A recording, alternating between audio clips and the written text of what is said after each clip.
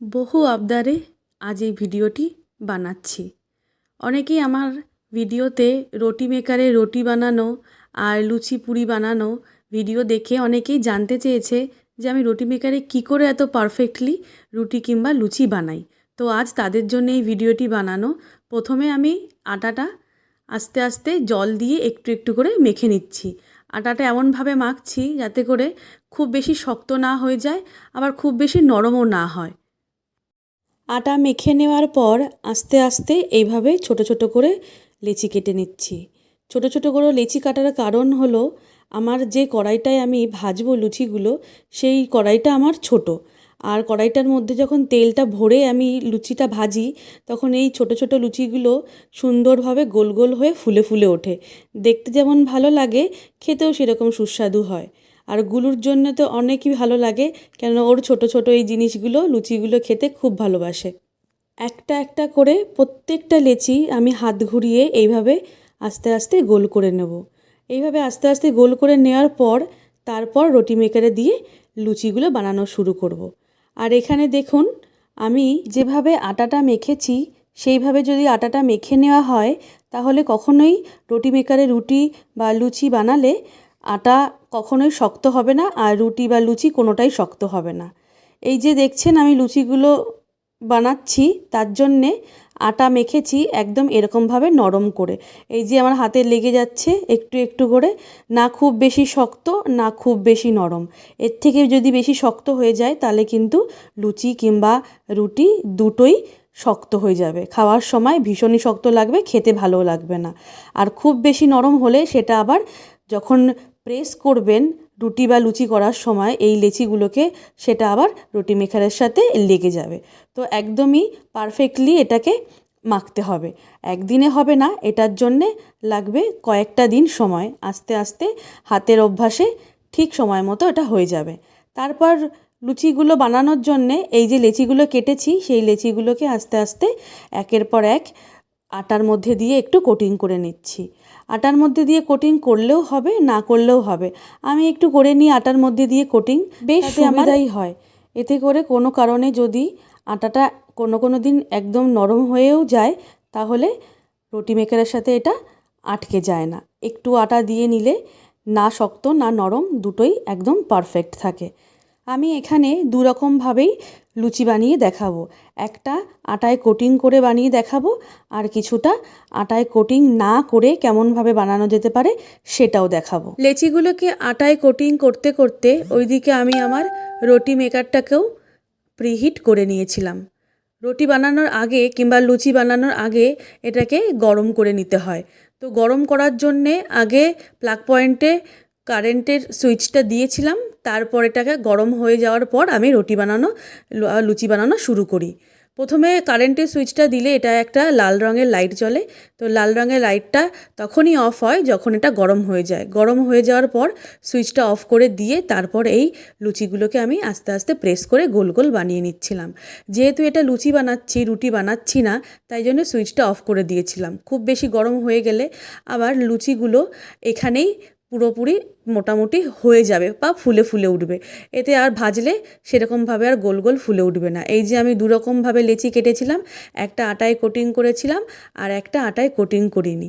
তো দেখুন, আটায় যেটা কোটিং করে নিই সেটাকেও আমি প্রেস করছি। প্রেস করার পরে ঠিক সেইভাবেই আগেরটার মতোই গোল গোল হয়ে গেল। অসুবিধার কিছুই নেই যদি আপনারা আটায় এটাকে কোটিং না করে নেন, দুটোতেই সম্ভব।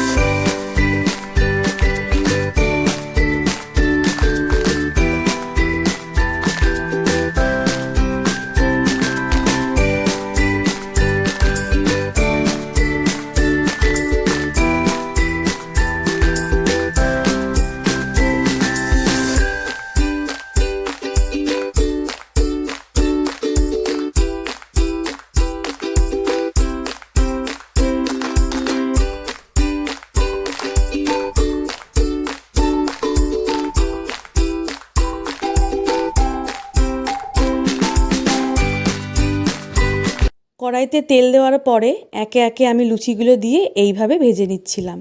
তেল আমি দিয়েছিলাম কড়াইটার অর্ধেক, পুরোপুরি তেল দিতে হয়নি। এই জন্যেই পুরোপুরি তেল দিইনি, কেন কি লুচিগুলো আজকে অনেক ছোট ছোট বানিয়েছিলাম। যদিও এরকম ছোট ছোটই বানাই, তাতে করে সুন্দরভাবে লুচিগুলো কড়াইতে ভালোভাবে ফুলে ফুলে ওঠে এবং ভালোভাবে ভাজাও যায়।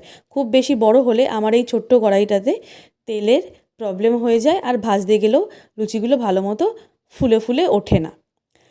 লুচি বানানোর জন্য প্রথমে যে আমি আটাটা মেখেছিলাম, তার মধ্যে কিন্তু আমি কোনো নুন কিংবা চিনি আর তেল কোনোটাই ইউজ করিনি। তা সত্ত্বেও দেখুন সুন্দরভাবে ফুলে ফুলে উঠছে, একদম গোল গোল ফুলকো লুচি। আর এই যে সুন্দর লুচিটা হচ্ছে, এটা কিন্তু একদিনে হয়নি, এটার জন্যে আমাকেও কয়েকদিন অভ্যাস করতে হয়েছে। 2-4 দিন উল্টোপাল্টা হয়েছে, তারপরেই ঠিকঠাক হয়েছে। আপনারা যারা নতুন এইভাবে রুটি মেকারে লুচি বানাবেন কিংবা রুটি বানাবেন, এটা ভাববেন না যে প্রথম দিনই আপনাদের সুন্দরভাবে হচ্ছে। আটা মাখার জন্যে কিছুই না, কোনো কিছুই ব্যাপার না, শুধু একটু হাতের কায়দা। 2-4 দিন বানাতে বানাতে ঠিকভাবেই অভ্যাস হয়ে যাবে এবং আপনারা বানাতেও পারবেন। শুধু লুচি না, লুচি খেলে তো শুধু হবে না, তার সাথে অন্য কোনো তরকারিও দরকার। তাই লুচির সাথে আজ বানিয়েছিলাম আলুর তরকারি, মানে আলু চচ্চড়ি। তো আলু চচ্চড়ি বানানোর জন্য আমি প্রথমে আলুগুলোকে ছাড়িয়ে তারপরে কিছুক্ষণ জলে ভিজিয়ে রেখেছিলাম, যাতে করে ওর স্টার্চটা বেরিয়ে যায়। তারপর আস্তে আস্তে আলুগুলোকে আমি এইভাবে ডুমো ডুমো করে কেটে নিলাম। ডুমো ডুমো করে কাটার জন্যে খুব বেশি আমি ছোট করিনি, খুব বেশি আমি বড়ও করিনি, যাতে আলুগুলো খুবভাবে গলে না যায়, আবার খুব যেন শক্ত শক্ত হয়েও না থাকে। শুধু আলু না, আলু কাটার সাথে সাথে আমি টমেটো, কাঁচা লঙ্কা আর পেঁয়াজও কেটে নিয়েছিলাম। সব কিছু একসাথে কেটে নেওয়ার পর তারপর আমি আস্তে আস্তে রান্নাটা শুরু করি।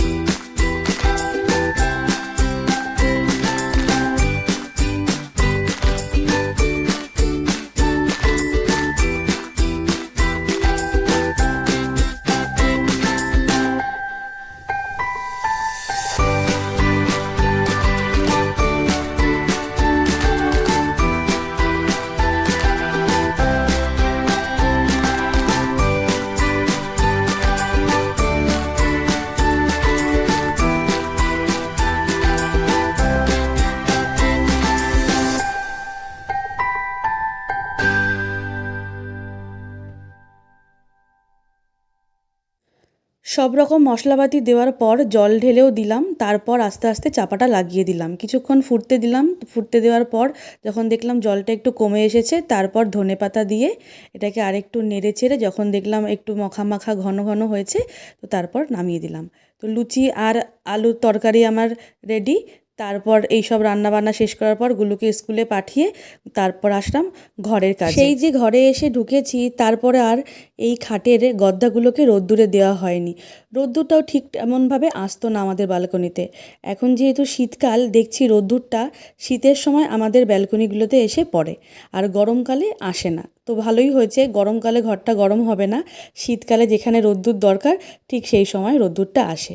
আর তাড়াতাড়ি করে রোদ্দুরে দিয়ে খাটের এই গদ্দাগুলো পেতে তারপর আস্তে আস্তে চাদরগুলো পেতে। পুজো এসে যাচ্ছে, ঘরবাড়ি একটু পরিষ্কার করতে না পারলেও ভালো লাগে না। যদিও নতুন ফ্ল্যাট, সেরকম কোনো নোংরা নেই, তবুও খাট থেকে শুরু করলাম। ঘরের এই কাজকাম শেষ করার পর তারপর চলে গেলাম গুলুকে স্কুল থেকে আনতে। গুলু, ও গুলু, আজকে ঘরে গিয়ে খাবে নাকি এখানে দোকান থেকে কিছু খেয়ে যাবে? দোকানটা নেই আশপাশে। কেন? ওই যে আছে ধোসার দোকান একটা, ওখানে যাবে? আরে আমরা যে খাই না ষষ্ঠী থেকে, ওখানটায় যাবে? যেতে চাও বলো? যেতে চাও? ওখানে কি খাবে? চলো তাহলে যাই। বৃষ্টি আসছে কিন্তু, ভালো করে ভেবে বলো কি করতে চাও। যাবে? বুঝতে পারছো না? তাহলে চলো যাই, আমরা গিয়ে খেয়ে আসি ওই দোকান থেকে। আসো, চলো চলো চলো, ওদিকে চলো।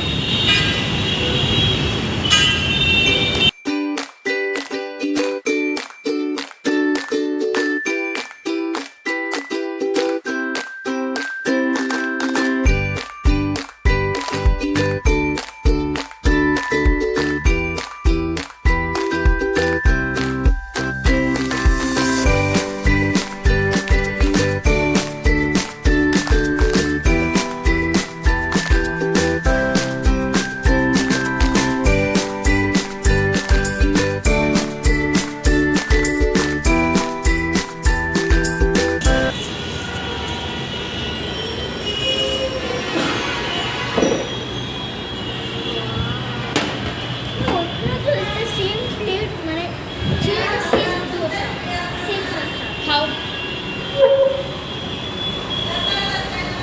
ঠিক করে ধরো, ওইভাবে ধরে না, এটাকে সোজা করো, এরকম ভাবে না, হ্যাঁ এরকম করো, এরকম না, উল্টো করো আবার। এই এইগুলো যে বাটিগুলো আছে না, এগুলোকে তোমার দিকে নাও। হ্যাঁ পারবে খেতে। খাও, কেমন খেতে বলো? ভালো? তাহলে তোমার পছন্দের খাবার খাওয়ালাম তো। মাঝে মাঝে মাম্মি তোমাকে এরকম খাবার খাওয়ায়, কত ভালোবাসে না তোমাকে। আমি তোমাকে ভালোবাসি তো। আমি খাবো না বাবা, আমি বাড়ি থেকে খেয়ে এসেছি না, আমি খেতে পারবো না, তুমি খাও। আজ এই পর্যন্তই। দেখা হবে আগামী আবার একটি নতুন ব্লগ নিয়ে। আপনারা সবাই খুব ভালো থাকবেন এবং অন্যকেও ভালো রাখবেন। আমার ভিডিওটি যদি ভালো লেগে থাকে অবশ্যই লাইক, কমেন্ট এবং সাবস্ক্রাইব করবেন। কমেন্টে অবশ্যই জানাবেন আমার ভিডিওটি কেমন লাগলো। আজ যে রুটি বানানো শেখালাম কিংবা লুচি বানাতে শেখালাম সেটা আপনাদের কেমন লাগলো।